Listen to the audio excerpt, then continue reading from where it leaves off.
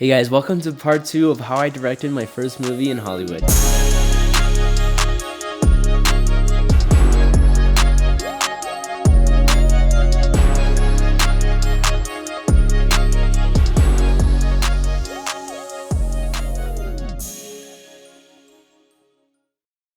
So day 2, we were filming at the beach. This was gonna be a lot of fun because it's a lot of challenge filming outside, filming such a far distance away. So when we got there, I started working with the actors, trying to figure out the blocking and then rehearsing a little bit. We picked out the spot we're gonna film. And then the assistant director came over and told me that there's a high tide warning and how the water is coming up really fast, and we had to get the scene done before we're kind of trapped in that little spot. This kind of freaked me out a little bit. I had everyone move the stuff to another location, so it's kind of a skeleton crew where we're filming, so even if the water went in, it wouldn't be too big of an issue. So then I worked with my DP trying to figure out the composition, and we found the perfect angle. So we started filming and the performances were really good. They were getting the hang of everything and it looked great. We were able to get everything done before the water even came in, and then we got some b-roll of the beach that, just for safety. So then we went to a different part of the beach area where we didn't have to worry about the high tide. And then this was a scene where our main character is trying to search for the sample by himself. It took a little bit of time trying to figure out the blocking, but once we did, it looked really good. Our DP stood on this rock in the middle of the ocean and got some really good shots. Props to my actor for running around in the freezing cold water. That's dedication right there. So afterwards, we went and packed up everything, went to the parking lot, had lunch, and then went to another spot to film this confrontation scene with the car and the fight scene basically. And we found this really good overlook spot where we could see all of the ocean, and it just looked really good. As we started filming, it started raining, and this was a big concern because all the equipment was out, and I was like, shoot, what are we gonna do, right? And we had to use this umbrella to cover the camera, but thankfully the rain stopped after a few minutes. After the rain stopped, the most beautiful sunset came out, and it looked so gorgeous on the beach. It felt truly like magic. So after filming some scenes outside the car, we went inside the car and did a lot of car scenes. After the car scene, the sun was going down really fast, and we were like, oh shoot, we're not gonna be able to film the fight scene because that was gonna take a lot of time, a lot of blocking, a lot of planning. So then we were kind of freaking out a little bit. So we only had time probably for one take of this from one angle. So I decided to shoot it all on a wide shot. We did the whole thing in one take, and then we started filming the stuff inside the car where our character was driving away and the other character is hitchhiking. I wish we could have done more because we had a lot less room to work with in editing. However, the fact that we were able to get it is really nice. And also, I did not anticipate the poor low light performance from the red Komodo, so that's something if you were gonna use for your own film, definitely take into consideration. But yeah, this was basically the last scene we shot for the first weekend, and we finally wrapped. It was so much fun, so much learning, so much more growth in my experience as a director. So this is weekend 2 of production. Today we're filming the fishing store stuff, and this was going to be a very complicated scene in terms of set decoration. So we're trying to get all the stuff inside the car, and we had this ginormous stunt mat we borrowed from the stunt team, and that just did not fit in the car at all. We spent so long trying to figure out how to fit in the car.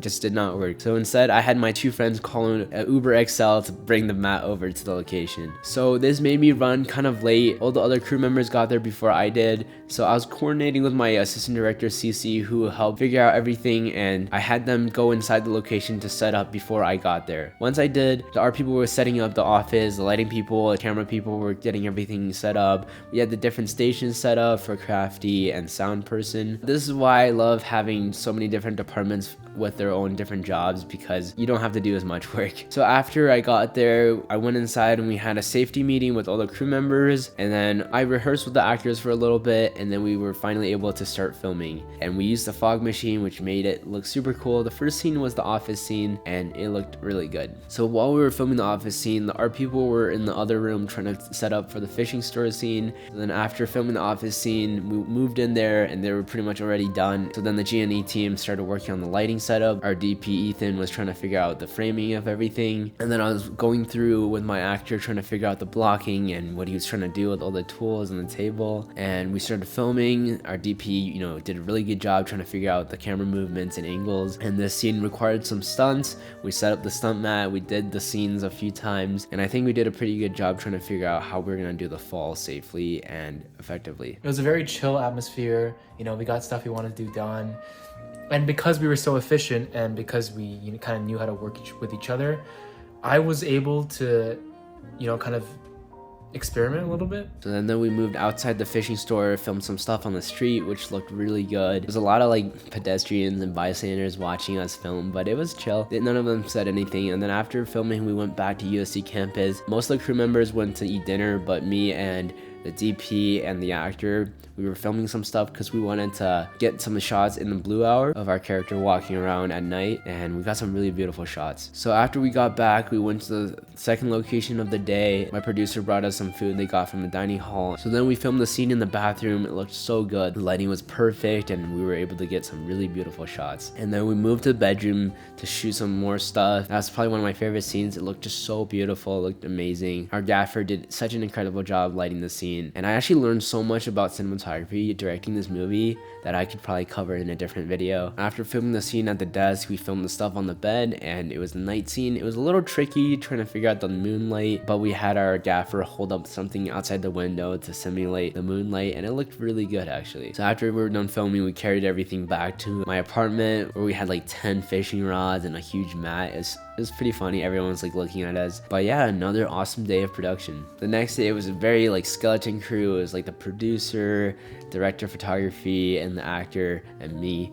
And we were just kind of running around LA, just filming some cool stuff at cool locations and very indie style handheld filmmaking. It was a lot of fun. We got some really beautiful shots, and we also shot some stuff on USC campus that looked really great. Today was the last day. It was super chill. And then afterwards, we went to my friend's apartment and we recorded some of the voiceover stuff with our voice actors, and our sound guy did a pretty good job capturing the sound. And after that, we were done with production.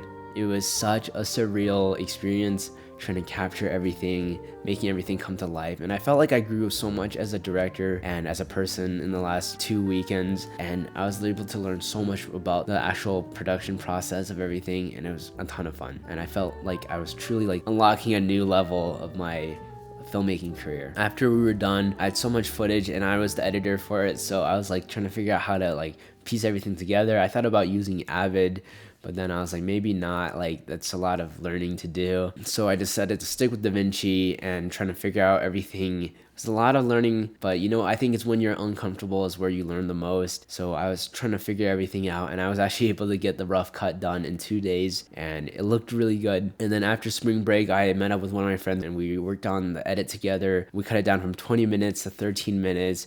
And it looked so much better. And then afterwards, we did a few test screenings and getting a lot of feedback from different people, my professors, and everything was super helpful. And after months of post-production, we were finally able to lock the picture. And currently, I have sent it out to my sound designer and my colorist to get final touches done, and then I'm gonna get a composer for the score, and then we'll be ready to send it out to festivals. And I can probably make a video on the festival process as well. Reflecting back, the production was a few months ago now, and I just felt like this was one of the best things I've done, and I'm super proud of my crew and super grateful I was able to have the opportunity to direct such a personal story and just have so much fun at the same time. So anyways, I hope you guys learned a lot from my experience making this movie, and hopefully you're able to be more inspired to be a filmmaker. And I wish you guys to have the best of luck on your future filmmaking endeavors. Peace out.